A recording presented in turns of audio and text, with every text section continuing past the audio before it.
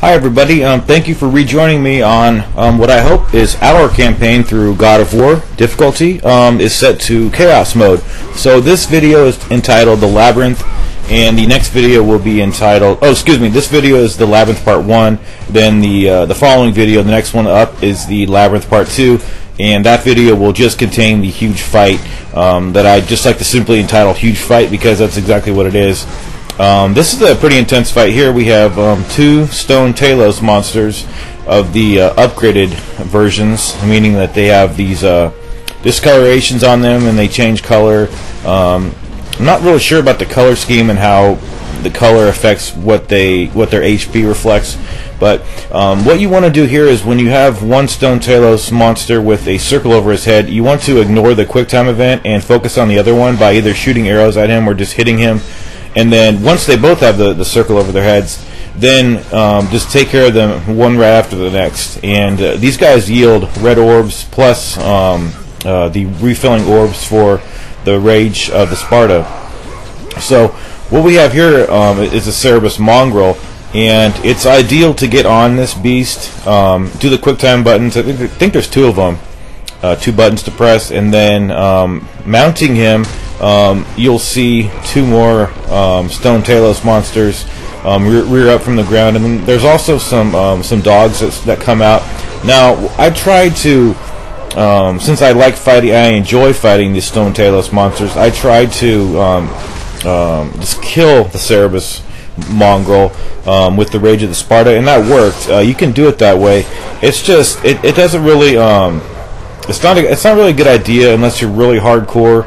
I thought it would be interesting to just see how it would work, but it just took me too long, and I wanted to proceed with my guide. You know, I got things to do other than this game, but this game, it's a priority, so I'm making this guide. It's my #1 priority right now for my gaming, anything gaming related. So the Labyrinth. In this video, we're going to be introduced to Pandora soon. So there's several traps and puzzles in the Labyrinth. It's not anything too excruciating. I think there is a I know there's a trophy. I don't know where it starts. I think it starts in the very beginning of where this video starts. To get through the entire labyrinth without dying. So I've platinumed this game already, and I've gotten the trophy, but it was so long ago. So what you want to do there is just get as far as you can, and if you die, just restart from the previous checkpoint. It's pretty simple.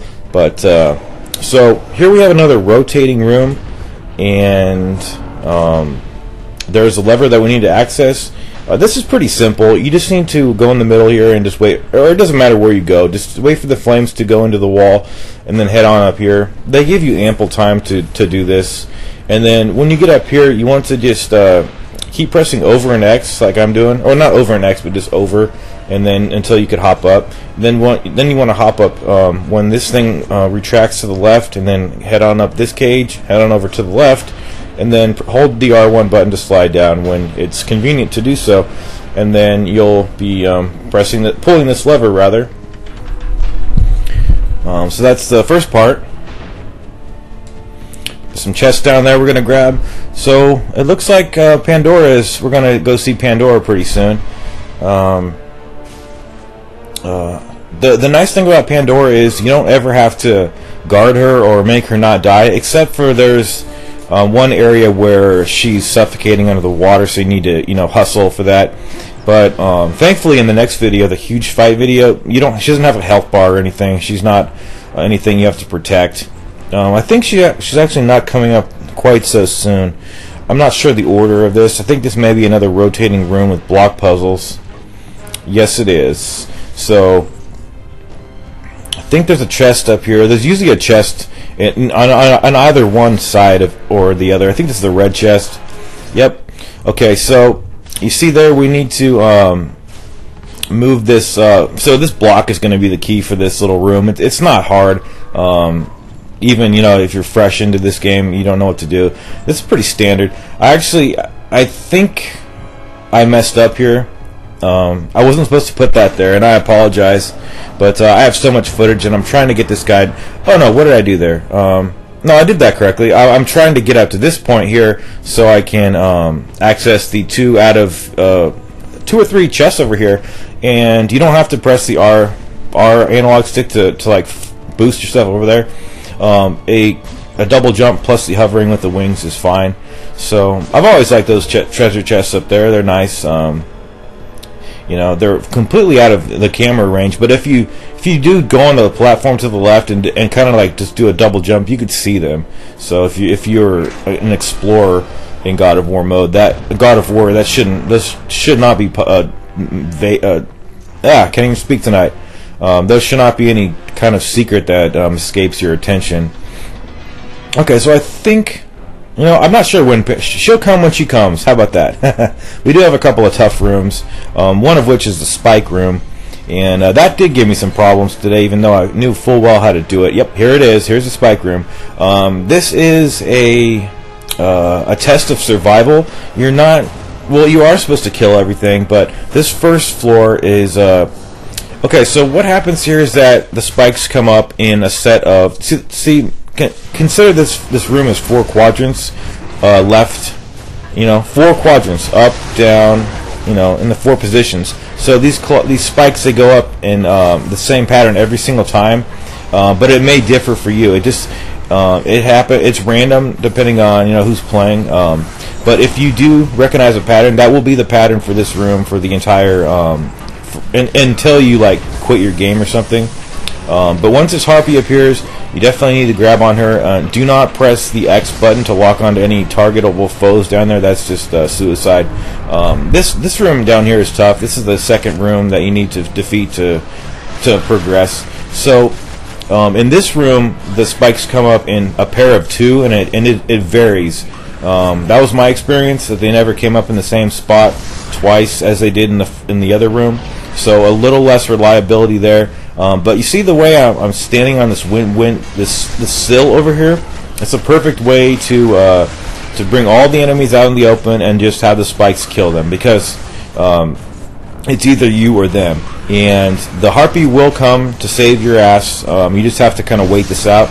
Now the only real issue here is that the sirens can't be killed by the spikes because they're always hovering in the air. So just kill as many as you can, or just get to the point where only sirens are left, and then what I would recommend is just staying up here until the harpy comes. Just keep firing your arrow into these guys, and don't do the quick time buttons with these guys. It's very dangerous to do so, because what will happen is you'll be in the middle of a quick time event, and the spikes will be coming up. So see how the spikes are on that side? They wouldn't be on the bottom floor, the bottom quadrant, since they're in the top there. So I'm going to need to depend on the grab detection of this harpy to clear this room. And once it rotates the 3rd time, you could just get out of this room, and you don't have to deal with these these sirens. But I always like to finish them off anyway. You know, just to take care of business and, you know, clear all the enemies. That's what I like to do. I'm just a completionist in that regard. So. Okay, yeah, this may be the last puzzle little section, and then we are going to be coming on to the tough fight in the next video. So again, if you don't like fighting these, I really don't like the sirens myself. They are very they're not cheap. They add a layer of complexity, like I said in a previous video, that just I don't know if it needs to be there, but it just adds, like, there's so many buttons on this, you know, so many like choices and combos that it can be it can be really hectic. But flinging them and yourself up into the air and grabbing them and by continually pressing the circle button is your best bet for that. It will make your life a lot easier.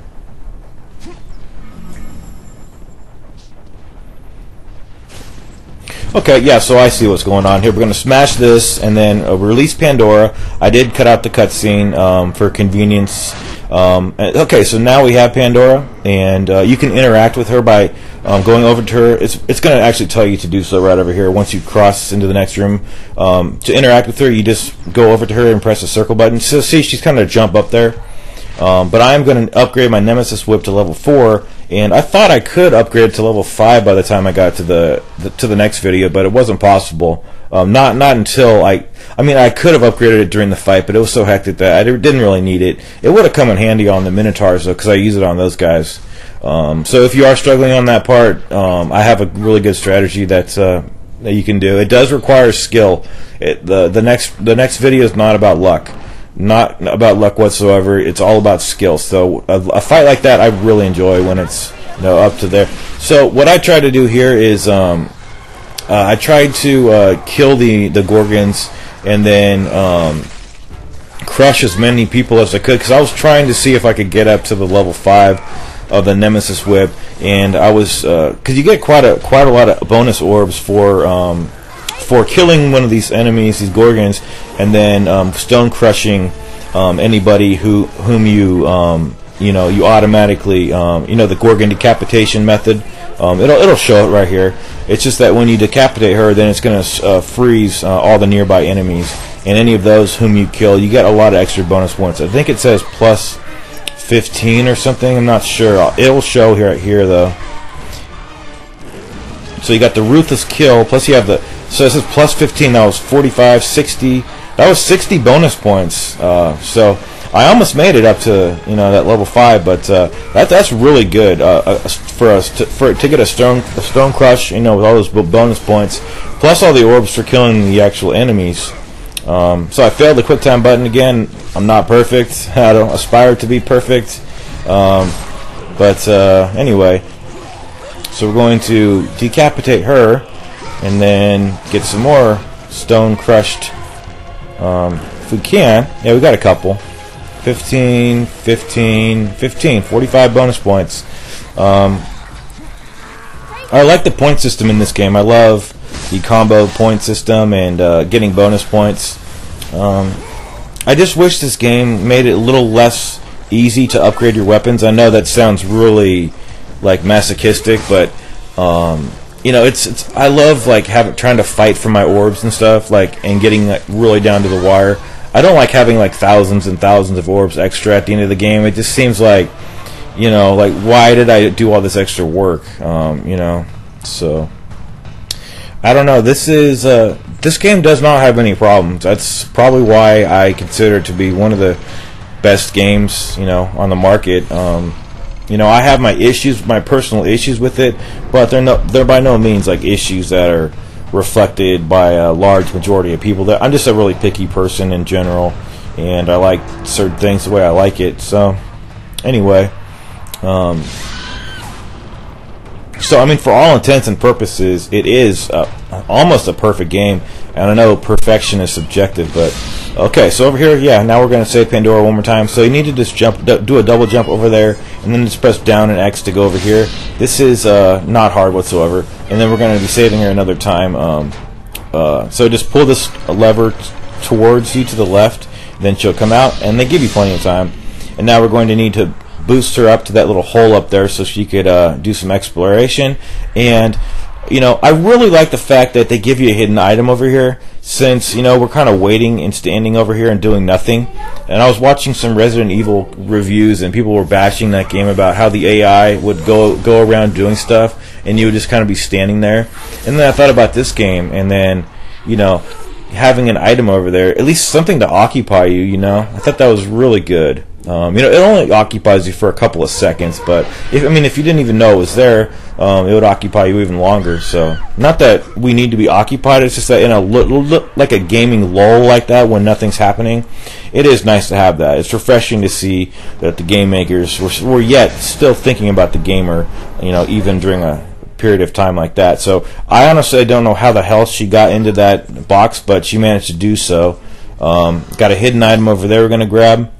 And so basically all of her little traps, they're all related to time. You got to hustle and get over there quickly and just try to rescue her. This I've never really experienced any problems with either. I don't think I have ever made her drown, except the one time I did it on purpose just to see what it looked like. But this is extremely easy, and it's really it's really obvious what you have to do all the time. So you just got to run up here, and then fly over. I mean, there's only so many things you could do. Then there's some, a scalable object right there.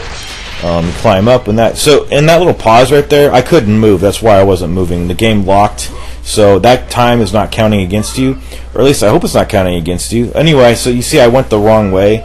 I got a little bit greedy with needing to get hustling and push the wrong direction on there. So that was my fault. That wasn't the game's fault. So then head on up to the up here, and then we're almost ready to save her. Just a couple more ways to go. So just go to the right and then wait for that thing to get out of your way, and then just jump up. Normally it just works out really well for you. And then there's going to be a lever to pull over here in a circular manner, and then that's the puzzle. You're going to fall down. Then you're going to need to interact with this using the Boreas Ice Storm, and then just smash the glass, and it won't harm her or anything. Just go in there and just save her. I would imagine that this is a checkpoint, but then again, I've never died over here, so I'm not really sure.